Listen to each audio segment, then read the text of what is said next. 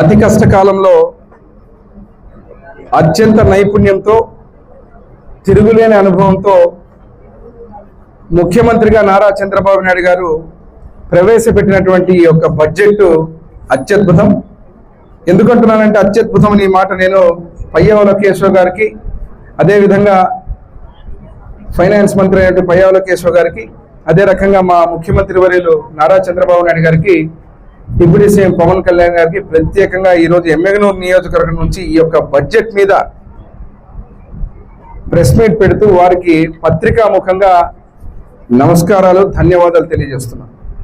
నేను ఈరోజు ముఖ్యంగా మీరు చూసినప్పుడు ఏదైతే అంచనాలు కేటాయింపులు చూశారు, మీరు అత్యంత హయ్యెస్ట్ ప్రియారిటీతో ఈరోజు వ్యవసాయ శాఖకు దాదాపు 12,401 కోట్లు, అంటే 12,900 చిల్లర కోట్లు.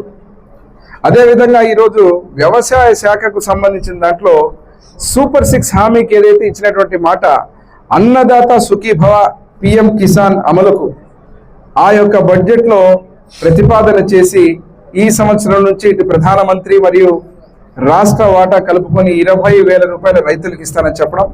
దాంట్లో భాగంగా ఇక్కడికి వచ్చినప్పుడు మీరు చూస్తే ముఖ్యంగా ఇటు వ్యవసాయ యాంత్రీకరణ కావచ్చు, మెకనైజేషన్ కావచ్చు, డ్రిప్ కావచ్చు, కేంద్ర ప్రభుత్వం నుంచి వచ్చేటువంటి 93 పథకాలను మొత్తం సర్వనాశనం చేసి ఒక్క రూపాయి కూడా యూటిలైజ్ చేయకుండా మొత్తం ఆ పథకాలన్నింటినీ డిఫంక్ట్ చేసి ఫైనాన్స్ మొత్తం కుళ్ళబుడిచి ఒక్క రూపాయి కూడా ఇవ్వకున్నటువంటి పరిస్థితి తెచ్చిపెట్టే స్థితి నుంచి ఈరోజు మళ్ళీ మన కూటమి ప్రభుత్వం వచ్చినాక ఈ ఫైనాన్స్లో మీరు ఈ బడ్జెట్లో చూస్తే 73 పథకాలకు అనుసంధానం చేసి అన్ని కార్యక్రమాల ముందుకు తీసుకుపోవడం జరుగుతూ ఉంది.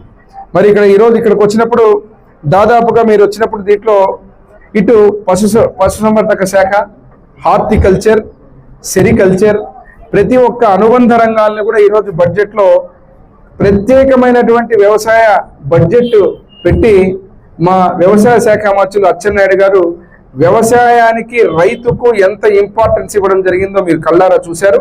అంతేకాకుండా ఈ కేటాయింపులు కూడా చాలా అద్భుతంగా రైతాంగాన్ని కాపాడేవి. దీంట్లో ఇంపార్టెంట్ పాయింట్ ఏంటంటే మీరు ఒకసారి చూస్తే కార్పస్ ఫండ్ మొన్న మీరు చూశారు. నేను కూడా మిర్చి రైతులు ఇబ్బందులు పడుతున్నారంటే మిర్చి కల్లాలకు పోతే రైతులు పాపం అక్కడ ఉన్నటువంటి మొనాటమస్గా వాళ్ళు వేసేటువంటి పంట, ఆ పంటకు సంబంధించినటువంటి పరిస్థితుల్లో ఏదైతే తెగులు వచ్చిందో దానివల్ల తాలూకాయ వచ్చి మిరప పంట నష్టపోతే రైతుకు ఇబ్బంది కలుగుతుందని వెంటనే మా దగ్గర నుంచి ముఖ్యమంత్రి వర్లకు సమాచారం చేరవేస్తే వెంటనే కేంద్రానికి అక్కడికి పోయి మార్కెట్ ఇంటర్వెన్షన్ గ్యాప్ని ఏదైతే ఫిలప్ చేయడానికి ఫండ్ కూడా శాంక్షన్ చేసుకొని రావడం. ఈ బడ్జెట్లో కూడా మీరు చూస్తే దాదాపు 100 కోట్ల రూపాయల కార్పస్ ఫండ్ కూడా ఏర్పాటు చేశారు. అంటే రైతుకు ఏదైనా ఇబ్బంది కలిగినప్పుడు వెంటనే ఆ రైతును ఆదుకునేటువంటి పరిస్థితి. మరి ఈరోజు అదే కాకుండా మీరు చూసినప్పుడు ఇక్కడ చూస్తే వివిధ రంగాల్లో కేటాయింపులు మీరు చూస్తే అత్యంత కీలకమైనటువంటి జలవనరుల శాఖకు 18,019 కోట్లు. ఈరోజు పంచాయతీరాజ్ శాఖకు ముఖ్యంగా దాంట్లో త్రాగునీరుకు సంబంధించి కేంద్ర ప్రభుత్వం వచ్చేటువంటి జలజీవన్ మిషన్కు దాదాపుగా 2,800 కోట్లు. గృహ నిర్మాణ శాఖకు 6,318 కోట్లు. ముఖ్యంగా పౌర సరఫరాలకు 3,805 కోట్లు. R&Bకి 8,785 కోట్లు. గృహ మంత్రిత్వ శాఖకు 8,570 కోట్లు.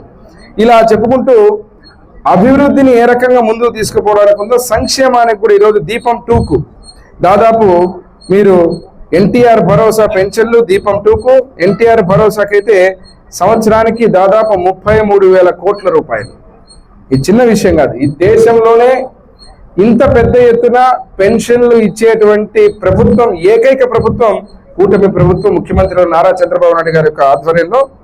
అదే రకంగా మీరు చూస్తే ఇక్కడికి వచ్చినప్పుడు ఏదైతే దీపం 2 కింద 2,600